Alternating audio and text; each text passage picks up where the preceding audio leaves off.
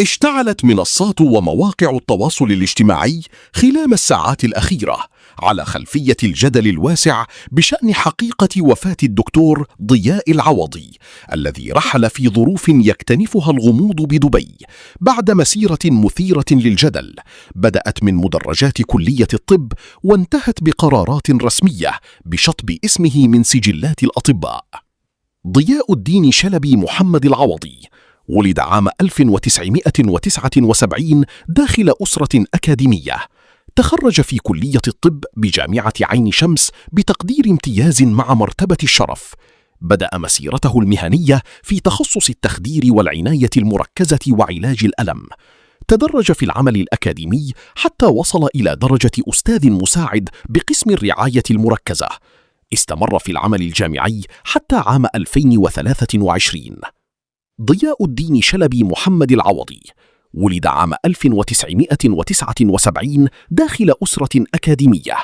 تخرج في كلية الطب بجامعة عين شمس بتقدير امتياز مع مرتبة الشرف. بدأ مسيرته المهنية في تخصص التخدير والعناية المركزة وعلاج الألم. تدرج في العمل الأكاديمي حتى وصل إلى درجة أستاذ مساعد بقسم الرعاية المركزة. استمر في العمل الجامعي حتى عام 2023. بعدما اتجه ضياء العوضي إلى مجال التغذية العلاجية والطب الوقائي، برز اسمه من خلال طرحه لما أطلق عليه نظام الطيبات الغذائي، والذي روج له عبر مواقع التواصل الاجتماعي باعتباره أسلوب حياة يهدف إلى تقليل الاعتماد على الأدوية والوصول إلى ما وصفه بمرحلة صفر دواء. نظام الطيبات يعتمد على الامتناع عن مجموعات غذائية متعددة مع تقديم محتوى يجمع بين النصائح الطبية والجوانب الروحانية، ما ساعد على انتشاره بين عدد كبير من المتابعين وأثار في الوقت ذاته موجة من الجدل في الأوساط الطبية.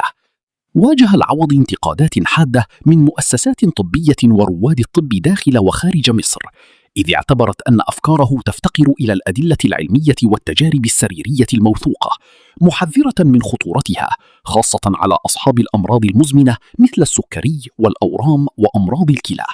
وتصاعد الجدل مع نشره محتوى يدعو بعض المرضى إلى تقليل أو إيقاف الأدوية، وهو ما اعتبرته كل من النقابة العامة للأطباء ووزارة الصحة والسكان.